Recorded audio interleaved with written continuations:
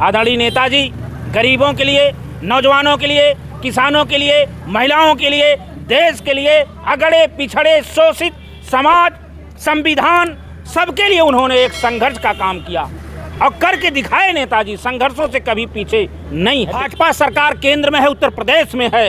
भाजपा सरकार लोकतंत्र की हत्या कर रही है। भाजपा सरकार सत्य बोलने नहीं दे रही है। भाजपा सरकार आंदोलन करने नहीं दे रही है। जो सत्य बोल दे रहा है उसको जेल में भेज दे रही है।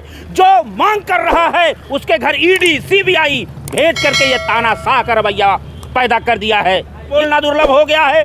आज जातिवाद का नारा देकर के भारतीय जनता पार्टी टूट कर रही है कि जब वोट लेने की बात आती है तो सनातन की बात करती है, राम की बात करती है, कहीं मंदिर की बात करेगी, कहीं मस्जिद की बात करेगी, केवल वोट लेने के लिए। और वोट लेकर के लाखों लाखों करोड़ों नौजवानों को गरीब बना करके, मजलूम बना करके, अशिक्षित बना करके, कहीं अनाज के नाम पे, कहीं दाम के नाम पे, कहीं राष्ट्र के नाम पे। कौन सा राष्ट्र का निर्माण होगा? और इस वक्त हम मौजूद है समाजवादी पार्टी कार्यालय के बाहर राजधानी लखनऊ में। स्वामी जी हैं, आइए उनसे बात करते हैं वो कहां से आए हैं और किस तरीके से वो श्रद्धांजलि देंगे। सबसे पहले हमारे चैनल में आपका स्वागत है। क्या कहना चाहते हैं स्वामी जी, कहां से आए हैं आप? जी आपका बहुत बहुत धन्यवाद। हम आजमगढ़ से आए हैं। स्वामी भानु प्रताप श्रद्धेय नेताजी जो धरती पुत्र कहे गए, देश के रक्षा मंत्री रहे, उत्तर प्रदेश के कई बार मुख्यमंत्री रहे, उनको श्रद्धांजलि देने आया। जैसे हम गीता रामायण शास्त्र पढ़ते हैं उसमें कर्मों का वर्णन आता है। व्यक्ति चल जाता है, अपने कर्मों से उसकी पूजा होती है और कर्मों से उसकी थू-थू होती है। जैसे राम जी आए, आज उनकी पूजा हो रही थी। रावण भी आया, बड़ा बलशाली, लेकिन उसको थू-थू होता है। आज नेताजी एक विचारधारा थे। आज नेताजी को हम सर्वप्रथम सच्चे हृदय से भावभीनी श्रद्धांजलि प्रस्तुत करते हैं। आदरणीय नेताजी गरीबों के लिए, नौजवानों के लिए, किसानों के लिए, महिलाओं के लिए, देश के लिए, अगड़े पिछड़े शोषित समाज, संविधान, सबके लिए उन्होंने एक संघर्ष का काम किया और करके दिखाए। नेताजी संघर्षों से कभी पीछे नहीं हटे। भाजपा सरकार केंद्र में है, उत्तर प्रदेश में है। भाजपा सरकार लोकतंत्र की हत्या कर रही है। भाजपा सरकार सत्य बोलने नहीं दे रही है। भाजपा सरकार आंदोलन करने नहीं दे रही है। जो सत्य बोल दे रहा है उसको जेल में भेज दे रही है। जो मांग कर रहा है उसके घर ईडी सीबीआई भेज करके ये तानाशाह का रवैया पैदा कर दिया है। इसलिए जो लोग हवा उड़ाते हैं, माननीय नेताजी के समय में संघर्ष होता था, चाहे बसपा की गवर्नमेंट होती थी, चाहे कांग्रेस की होती थी, उसे आंदोलन करने का हक दिया जाता था। उसे सत्य बोलने की, अपनी आवाज़ सरकार के खिलाफ बोलने के लिए उसको अधिकार दिया जाता था। उस अधिकार का कोई हनन किया है तो भारतीय जनता पार्टी ने कर दिया है। आज सत्य बोलना दुर्लभ हो गया है। आज जातिवाद का नारा देकर के भारतीय जनता पार्टी टूट कर रही है कि जब वोट लेने की बात आती है तो सनातन की बात करती है, राम की बात करती है, कहीं मंदिर की बात करेगी, कहीं मस्जिद की बात करेगी, केवल वोट लेने के लिए। और वोट लेकर के लाखों करोड़ों नौजवानों को गरीब बना करके, मजलूम बना करके, अशिक्षित बना करके, कहीं अनाज के नाम पे, कहीं दाम के नाम पे, कहीं राष्ट्र के नाम पे। कौन सा राष्ट्र का निर्माण होगा? जब तक गरीब का लड़का, किसानों का लड़का, मजदूर का लड़का पढ़ लिख करके उच्च सदन में नहीं जाएगा, शिक्षित नहीं होगा, कौन सा राष्ट्र का निर्माण होगा? केवल झूला झूलने से कोई अडानी का नाम ले लेता है, उसको सस्पेंड कर दिया जाता है। कोई सही बात करता है, उसके घर ईडी भेज दी जा रही। इसलिए समाजवादी पार्टी उसी रास्ते पे आदरणीय अखिलेश यादव के नेतृत्व में नेताजी के रास्तों विचारधाराओं से चढ़ बढ़ के चल रही है। रुकावट ये है कि संविधान बदलना चाहती है भारतीय जनता पार्टी। आप बता दीजिए, एक नरसंहार हुआ है देवरिया में। ये बहुत दुखद है, हमें अपार पीड़ा है, लेकिन यही सबका साथ है भाजपा का, यही सबका साथ, सबका सम्मान, सबका अधिकार कि एक पक्ष के घर डिप्टी सीएम साहब जाते हैं और दूसरे पक्ष के साथ नहीं जाते हैं। यही रामराज है, यही हिंदू है, या यही पिछड़े हिंदू अब नहीं है? वह इसलिए उसका गुनाह है कि वो यादव का लड़का है। आज जघन्य अपराध दोनों तरफ हुआ। बुलडोजर चलना चाहिए तो अधिकारियों के घर पे चलना चाहिए, जो इतने सालों से लेकर के यहाँ तक इस कांड को लाए। तो समाजवादी पार्टी कहीं चूक नहीं करेगी। आपको यह बता दें, जितना सोना को तपाया जाता है उतना उसमें निखार आती है। आने वाला समय नौजवान कमर कस के बढ़ा है। आप देख लीजिए, कोरोना काल से देखिए, ये नोटबंदी से देखिए, क्यों नहीं एक बार कोई भाजपा का नेता नोटबंदी के नाम पे वोट मांग ले। आपके माध्यम से मैं चैलेंज देना चाहता हूं, वो कह दे नोटबंदी हमारा सबसे बड़ा सबसे सफल अभियान था। नहीं कह सकते।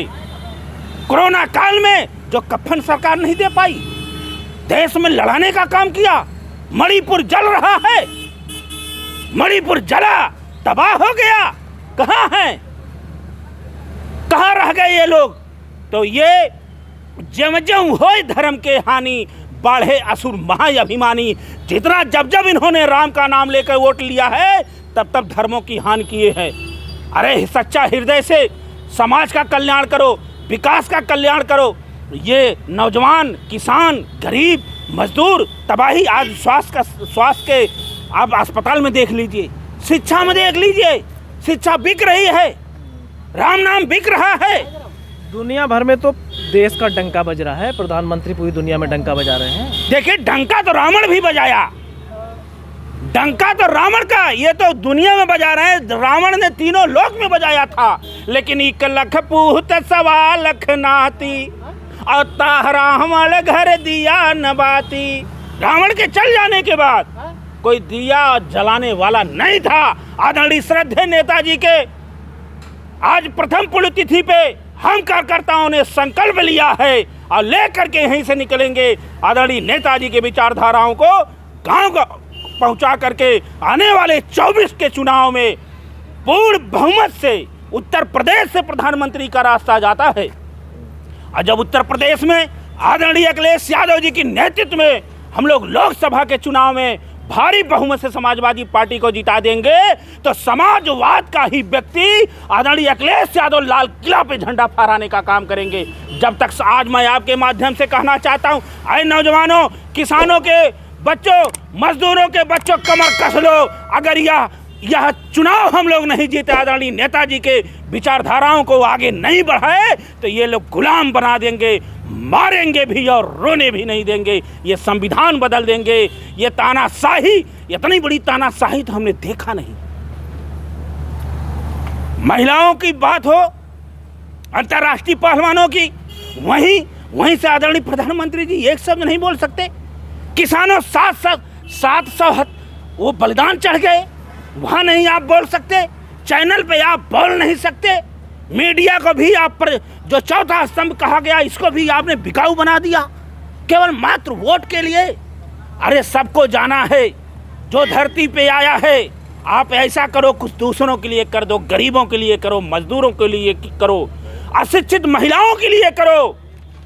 एक जात का बलात्कार होगा, आप वहाँ कुछ नहीं कार्रवाई करेंगे, दूसरे को फर्जी मुकदमा लगा के ठूस देंगे।